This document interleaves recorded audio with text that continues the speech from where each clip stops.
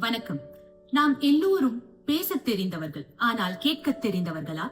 கேட்பது the art of listening அல்லது செவி மடுத்தல் என தமிழில் கூறுவர். இது ஒரு கலை அல்ல, இது ஒரு பண்பு. உறவுகளில் பலருக்கும் பேசத் தெரியும், ஆனால் கேட்கத் தெரிந்தவர்களே உறவுகளை உயிரோடு வைத்திருக்கிறார்கள் என அர்த்தம். இதைதான் நம் வள்ளுவர் பெருந்தகை திருக்குறளில் குறிப்பிடுகிறார். செல்வத்துள் செல்வம், செவி செல்வம், அச்செல்வம், செல்வத்துள் எல்லாம் தலை என. நமக்கு கிடைத்த செல்வங்களுள் தலை சிறந்த செல்வமாக திருவள்ளுவர் கருதுவது செவி செல்வம். அதன் வழியாகத்தான் பிறர் கூறும் கருத்துக்களை நாம் உள்வாங்கி நம் அறிவை வளர்த்துக் கொள்கிறோம். ஆம், பெரும்பாலான உறவுகளில் முறிவுகள் ஏற்படுவது அன்பு குறைபாட்டால் மட்டுமல்ல, பொறுமையாக காது கொடுத்து கேட்கும் பண்பு இல்லாததால் கூடத்தான். ஒரு சிறந்த செவியாளன் எப்படி இருக்கக்கூடாது என The 7 Habits of Effective People என்ற நூலில் ஆசிரியர் சுட்டிக்காட்டுகிறார். Most people do not listen with the intent to understand.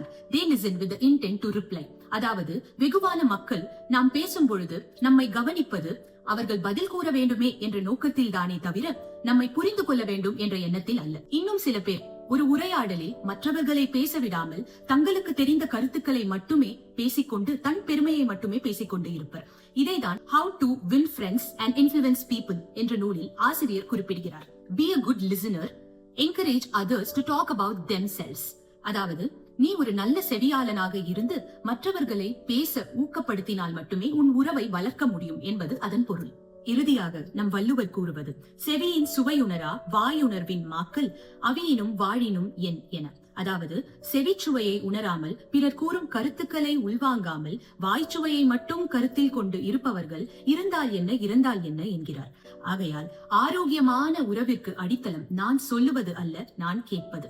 அதுவே சிறந்த செவி மடுத்தல்.